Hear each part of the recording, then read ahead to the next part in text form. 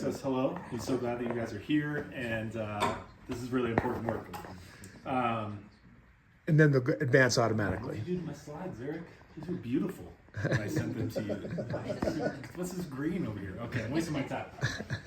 My name is Steven. Was pastor for 15 years, live outside of Chicago, was an executive pastor. Married, 3 kids. I now work for Gloo, primarily in these 2 areas. Impact philanthropy, where do our donor dollars move around the ecosystem, and impact investing. We have a deep conviction at Gloo, this might surprise some people, we do not have a money problem in the Christian ecosystem. We do have a vision problem, a bit of a distribution problem, and we have a sharing the real impact it made problem. And so the big idea that we're talking about is what does it mean to actually make a donor the first-class citizen in the ecosystem? Sometimes we see donors, I'm not accusing anybody, but we see donors as kind of the ATM, and we finally exhale when we get that gift. What does it mean to pull donors in to say, what are your passions? What if we actually started with the donor and said, what are you passionate about?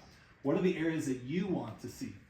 And so for the last 2 years, we've been developing a new platform called Gloo Impact. It's actually launching this month. We spent 2 years talking to high net worth donors, family foundations, family offices. And we began to see this theme running over and over and over again. Where does my money go? I have more money. I don't know the impact it made.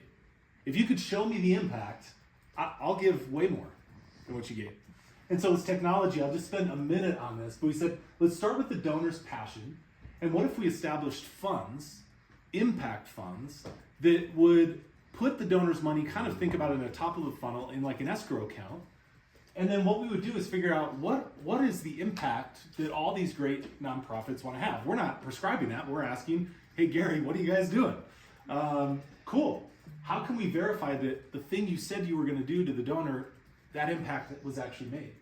And then we established milestone payments. And milestone payments were, we'll release the money out of that fund to all these different ministries, all these different causes, all these different nonprofits based on the impact being verified. I don't know what this slide said. Oh gosh.